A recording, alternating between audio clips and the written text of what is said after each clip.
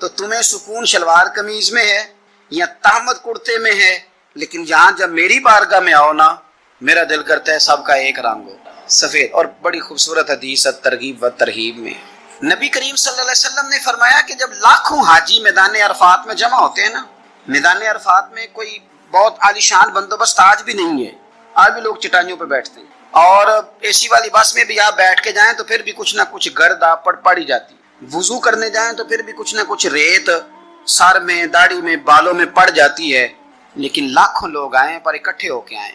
اکیلے اکیلے کوئی میدان عرفات میں جائے اور 9 ذی الحج کے علاوہ جائے تو یہ مقام اسے نہیں ملتا، لاکھوں آئے، اکٹھے آئے۔ تو حضرت ابو ہریرہ رضی اللہ تعالیٰ عنہ فرماتے ہیں رب کریم آسمان کے دروازے کھول کے فرشتوں سے فرماتے ہیں ذرا نیچے تو نظر کرو۔ فرشتے دیکھتے ہیں نیچے تو اللہ فرماتا ہے ان کے چہروں پر گرد ہے، یہ بڑے بڑے بنگلوں میں رہنے والے، ان کی حالت دیکھو کتنی آج خستہ ہے، گویا تم نے تو کہا تھا نا یہ فساد پھیلائیں گے، تو فرشتوں مجھے بتاؤ یہ اربوں پتی، یہ مفتی، یہ صوفی، یہ علامہ، یہ شیخ، یہ پیر، یہ اتنے بڑے لوگ یہ کدھر آئے ہیں بتاؤ؟ تو فرشتے عرض کرتے ہیں اللہ تجھے راضی کرنے آئے، یہ لاکھوں لوگ گھر بار چھوڑ کے تجھے راضی کرنے آئے۔ تو میرے نبی پاک علیہ السلام فرماتے ہیں پھر رب فرماتا ہے تم گواہ ہو جاؤ، میں نے ان سب کو دوزخ سے آزاد کر کے ان کے لیے جنت کا فیصلہ کر لیا۔ اور حضرت فضیل بن عیاض کہتے ہیں میں نے 1 سال کہا تھا اے اللہ مجھے بتا تو صحیح، اتنے بلا لی ہیں، قبول کس کس کا ہوا ہے؟ تو کہتے ہیں میں اور جاگتے ہوئے تو عاطف غیب سے ندا آئی فضیل تو کو منشی نہیں اللہ کی رحمت کا کہ تجھے پوچھ کے قبول کیا جائے گا، میں نے بلایا ہی اسے تھا جس کا میں نے قبول کر لینا تھا، دوسرا میں نے داخل ہی کوئی نہیں ہونے دیا، یہاں آیا ہی وہ ہے جس کا میں نے قبول کرنا تھا۔ حضور فرماتے ہیں رب فرماتے ہیں گواہ ہو جاؤ میں نے ان کے گناہ بخش کے جنت کا فیصلہ کر، اگلے لفظ سنیں گے تو اور خوش ہو جائیں گے۔ نبی پاک علیہ الصلوۃ والسلام فرمانے لگے، حضور فرمانے لگے رب فرشتوں سے فرماتا ہے انہیں بھی بخش دیا ہے اور جن جن کے لیے یہ دعا کریں گے میں ان سب کی بھی مغفرت فرما دوں۔ تو یہ ساری اجتماعی عبادات مسلمانوں کو آپس میں جوڑنے کے لیے، آپس کی محبتوں کے فروغ کے لیے۔ زکوٰۃ کیا ہے؟ امیروں کا غریبوں کو حصہ دینا۔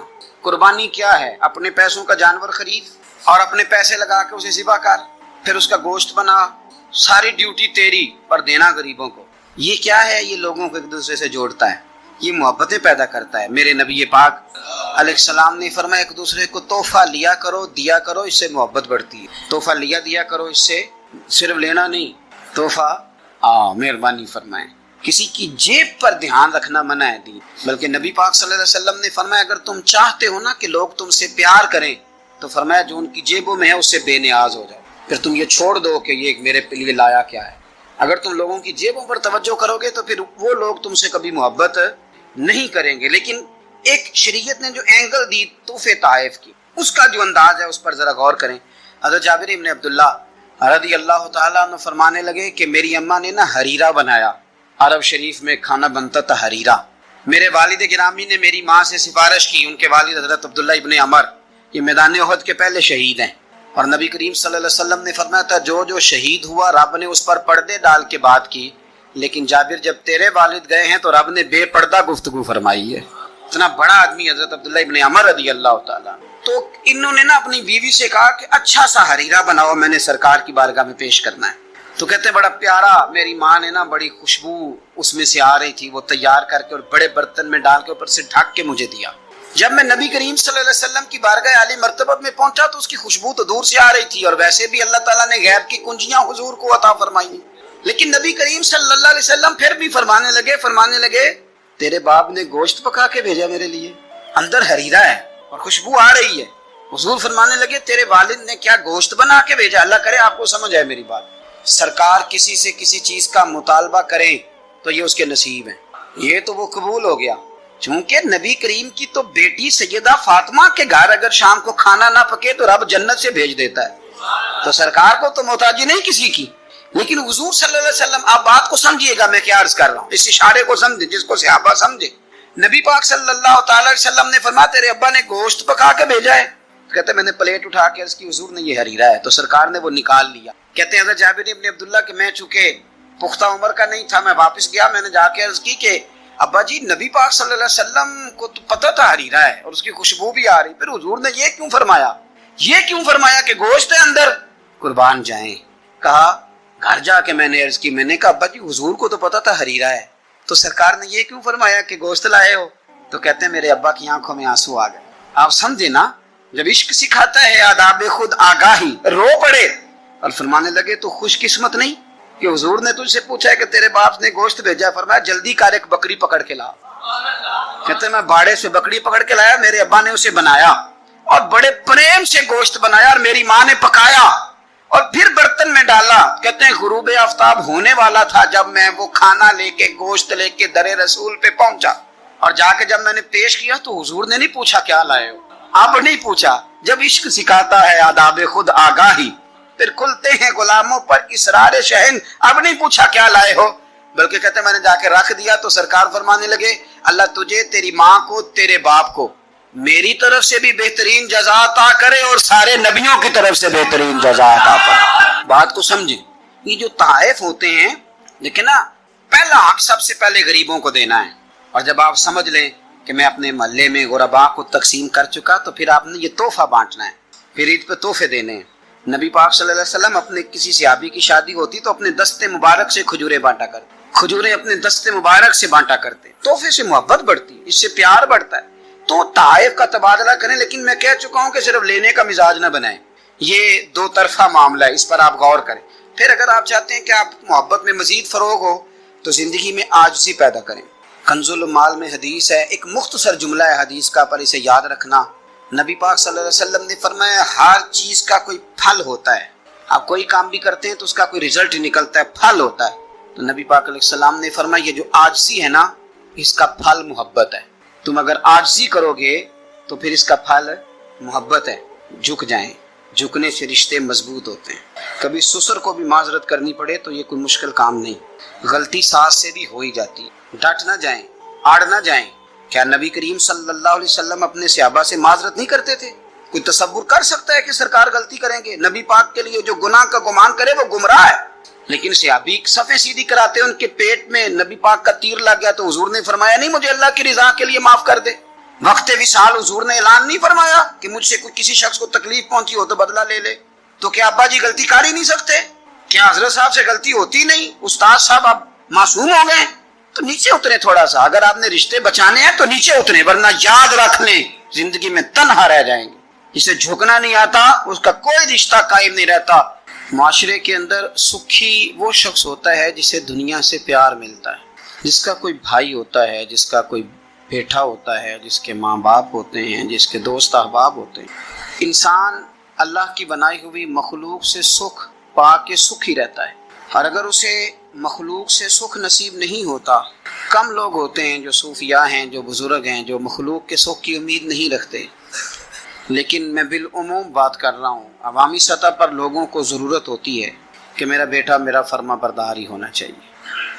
خاتون یہ چاہتی ہے کہ اس کا شوہر اس کا کچھ نہ کچھ خیال رکھنے والا ہی ہونا چاہیے۔ خامد یہ تمنا کرتا ہے کہ میری بیوی میری خدمت گزار ہی ہونا چاہیے۔ تو یہ ساری چیزیں اس وقت معاشرے کے اندر پیدا ہوتی ہیں جب انسانوں کا انسانوں کے لیے پیار بڑھ جاتا ہے، جب وہ بہت ساری چیزوں کو درگزر کرنے لگتے ہیں، جب وہ خود محبت کو فروغ دیتے ہیں۔ قرآن مجید فرقان حمید نے ارشاد فرمایا کہ انما المؤمنون اخوہ۔ سورہ حجرات کے اندر اللہ فرماتے ہیں کہ یہ جو مومن ہے نا، یہ آپس میں بھائی بھائی۔ کتنا وسیع قرآن پاک نے اس عنوان کو کر دیا، کتنا زیادہ وسیع کر دیا۔ برادری کی، رنگ کی، قبیلے کی، علاقے کی ساری قید سے نکال کر فرما دیا کہ جس نے جہاں بیٹھ کے بھی نبی پاک علیہ السلام کا کلمہ پڑھا ہے وہ تمہارا بھائی بن گیا، جہاں بیٹھ کے۔ اقبال کہنے لگے بازو تیرا توحید کی قوت سے قوی ہے اور اسلام تیرا دیس ہے، اس لیے کہ تو مصطفی ہے۔ جب لوگ قدورتیں پالنے لگ جاتے ہیں نا، نفرتیں، حسد، بغض، عداوت، کینہ پروری، تو ٹھنڈی جگہ پر بھی بیٹھ کے وہ سکون نہیں پاتے، اس لیے کہ ساتھ والے کو دیکھ کے جب 100 دفعہ گھورنا ہے، اور جب آنے والے کا وجود برداشت ہی نہیں ہونا، اور جب انسان نے محسوس کرنا ہے کہ یہ بندہ آ گیا تو یہ کرب ہے۔ میرا کبھی کبھی دل کرتا ہے کہ دوستوں سے یہ پوچھوں کہ گرمی کا موسم آ جائے وہ زیادہ تنگ کرتا ہے کہ کوئی مخالف دوست آ کے بیٹھ جائے وہ زیادہ تنگ کرتا ہے؟ زیادہ دعا کیا ہوتی ہے کہ یا اللہ موسم ٹھنڈا کر دے، کہ یا اللہ یہ بندہ چلا جائے۔ میرا خیال یہ ہے کہ بعض لوگوں پر سخت بوجھ بن جاتے ہیں۔ تیزی سے فروغ ہوا ہے عداوت کا، نفرت کا، اور ہماری نفرتوں کی جو وجوہات ہیں ان میں بڑی وجہ یہ ہے کہ یہ بندہ میری طبیعت کا نہیں. مجھے صرف وہ بندہ درکار ہے جو میری مزاج کے مطابق چلے، ہاتھ باندھ کے میرے پیچھے چلے. رسول کریم صلی اللہ تعالی علیہ وسلم دوسروں کے مزاج کا لحاظ کرتے. آپ اس دن چھا جاؤ گے جس دن آپ کا بچہ مسجد میں اذان پڑھے گا. باپ کی اس دن معراج ہو جائے گی، معراج. اس کا بچہ مسجد میں جماعت کرائے گا اور رب تعالیٰ فضل کرے تو کیا شان ہوگی اس کے باپ کی، کیا مرتبہ ہوگا جب اس کا بچہ جمعے والے دن ہزاروں کے مجمع کی امامت کرائے گا. تو پھر مجھے یوں لگتا ہے کہ فرشتے بھی کہیں گے آج تیری بڑی بات ہے، آج تیری بڑی بات ہے، تیرا بیٹا فلاں جگہ پہ کھڑا ہو کے خدا را قرآن پاک سے دلچسپی، قرآن پاک سے مت، قرآن سے پیار. میرے نبی کریم علیہ وسلم نے فرمایا قرآن سے پیار کرو، یہ تمہارے ساتھ اتنا پیار کرے گا، اتنا پیار کرے گا کہ سورہ ملک اللہ کی بارگاہ میں سفارش کرے گی کہ یا اللہ یہ مجھے پڑھا کرتا تھا، اسے جنت میں بھیج. تو رب کریم فرمائے گا اس کے گناہ زیادہ ہیں، تو سورہ ملک ناز کرے گی، عرض کرے گی یا اللہ یا اسے جنت میں بھیج دے یا مجھے قرآن پاک سے علیحدہ کر دے، یا اسے جنت میں بھیج دے یا مجھے علیحدہ کر دے. تو آپ مجھے بتلائیے قرآن سے پیار کرنے کا کیا اجر مل کریں گے انشاءاللہ. نبوی شریف میں حاضر تھا تو ہمارے ایک عالم بزرگ تھے تو وہ میرے پاس سے گزر گئے، میں قرآن شریف پڑھ رہا تھا تو 2-3 دفعہ وہ کہیں میرے پاس سے آئے تو میں اپنے کام میں مست تھا، میں پڑھتا جا رہا تھا تو کھڑے ہو گئے تو ایک لطف بن گیا. کہنے لگے میں 4 دفعہ آیا ہوں، جب بھی آیا ہوں آپ پڑھتے ہی رہتے ہیں. میں نے قرآن مجید بند کر دیا، سامنے سرکار کا گنبد تھا، پیچھے ہم پہ. میں کہا 2-3 بار آکھو. کہنے لگے کیا مطلب؟ میں نے کہا ایک بار پھر آکھو. کہنے میں جدوں آیا تسی قرآن شریف، میں کہا میں ایڈا چنگا نہیں جی پر اتنے گواہی ذرا نوٹ ہو رہی ہے اور میرا دل کر رہا ہے. ایک دفعہ پھر کہنے لگے میں جتنی دفعہ بھی آیا ہوں آپ قرآن پاک ہی پڑھ رہے تھے.